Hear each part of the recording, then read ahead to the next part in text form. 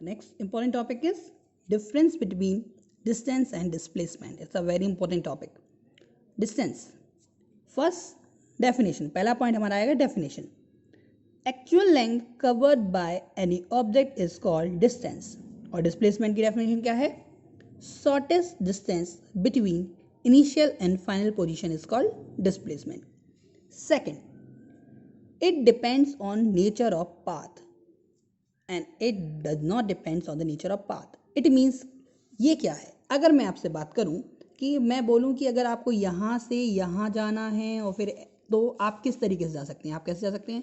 यहाँ से ऐसे ऐसे ऐसे ऐसे कैसे भी जाएंगे तो आपका जो डिस्टेंस होगा वो पूरा मेजर किया जाएगा, पूरा जो एक्चुअल में आपने कवर किया. लेकिन अगर आप ऐसे ऐसे भी आए हैं तो मैं पूछूं डिस्प्लेसमेंट कितना है तो आप केवल क्या देखेंगे? ये पहला पॉइंट और क्या देखेंगे? आखिरी पॉइंट, और उसके पीछे सबसे छोटा रास्ता कौन सा है? ये.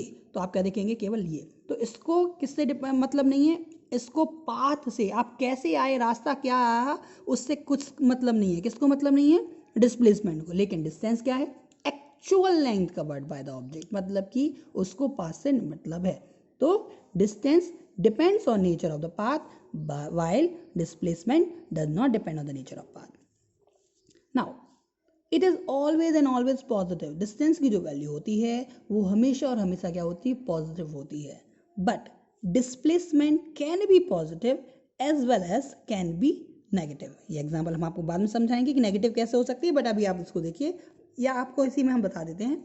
आपने जो पहला क्वेश्चन देखा था इससे पहले तो उसमें देखा था कि वो ए से बी, बी से सी, सी से डी और डी से ए तक आ गई थी. अगर इसको और आगे लेके जाते सपोज पॉइंट पी पर लेके जाते और इसकी डिस्टेंस है 10, तो अब मोशन किस साइड हुआ था? इस साइड. और अब आप कहाँ पहुँच गए? इस साइड. मतलब जाना था इधर और पहुँच गए इस साइड, अपोजिट डायरेक्शन में. तो अब जो डिस्प्लेसमेंट होगा वो कितना हो जाएगा इसका? -10. या इसको हम बाद में भी समझ लेंगे, अगर आपको समझ में नहीं आया टेंशन नहीं लेना है.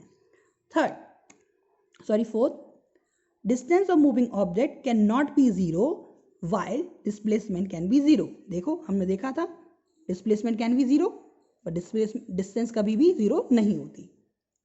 Next, it is a scalar quantity, it is a vector quantity. हम ये डेफिनेशन देख चुके हैं.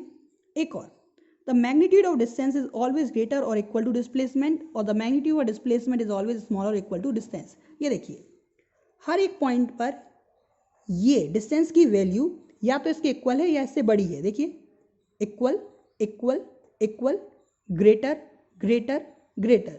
हर एक पॉइंट पर डिस्प्लेसमेंट की वैल्यू या तो इक्वल है या इससे छोटी है. Equal equal equal. यहाँ डिस्प्लेसमेंट छोटा है, डिस्प्लेसमेंट छोटा है, डिस्प्लेसमेंट छोटा है. It means the magnitude of distance is always greater और इक्वल टू डिस्प्लेसमेंट.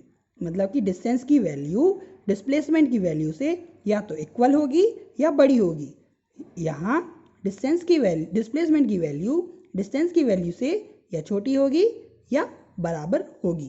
तो these are the 6 differences between distance and displacement.